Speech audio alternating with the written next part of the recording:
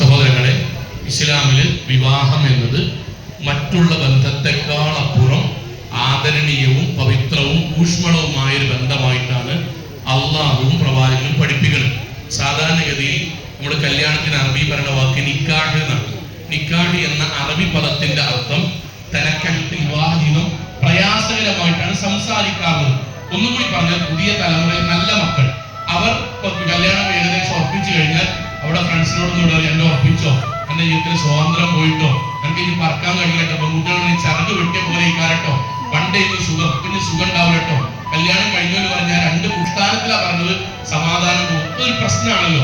അന്ന് റസൂൽ സല്ലല്ലാഹു അലൈഹി വസല്ലം പറയുന്നത് സന്തോഷം കൂടും, അവർക്കിടയിൽ ഞാൻ മവദ്ദത്തും റഹ്മത്തും ഉണ്ടാക്കും. സന്തോഷമൊക്കെ കേൾക്കുന്നുണ്ട്. ഇതിനൊരു പ്രശ്നം എന്താ നമ്മളെ ഇത് മാത്രം സംസാരിക്കുന്നത്. കാരണം എന്താണെന്ന് വെച്ചാൽ നമ്മൾ നമ്മുടെ കുടുംബ ജീവിതത്തെ അള്ളാഹ് പറഞ്ഞ രൂപത്തിൽ കൊണ്ടുവച്ചു.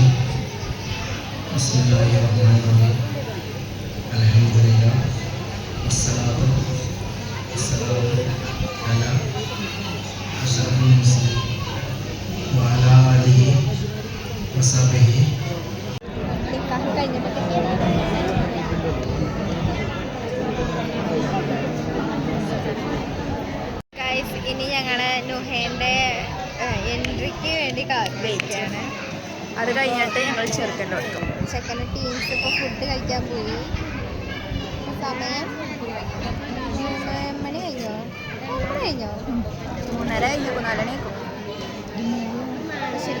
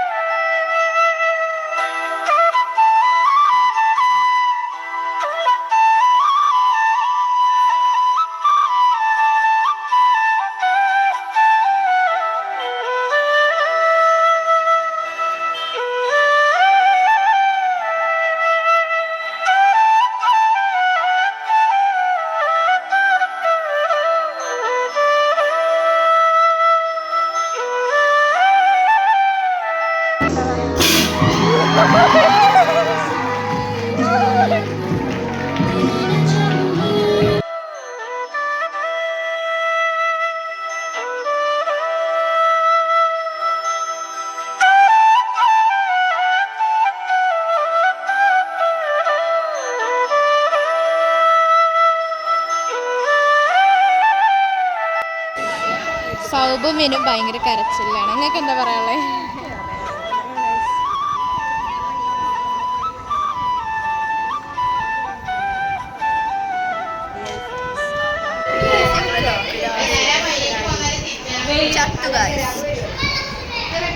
തല വേനക്കുന്ന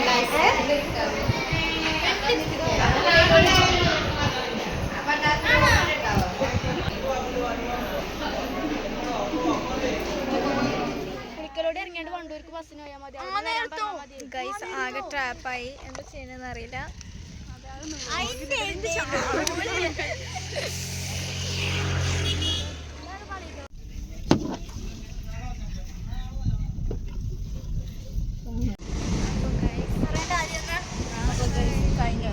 വെഡിങ് ബ്ലോഗ് ചോദിച്ചിട്ടുണ്ട് ഡ്രസ് ചെയ്യാൻ വരേണ്ടത് ഇവള്. അപ്പൊ ഇനി ഉള്ളത് ഷോർട്സ് ഒക്കെ പോയിട്ട്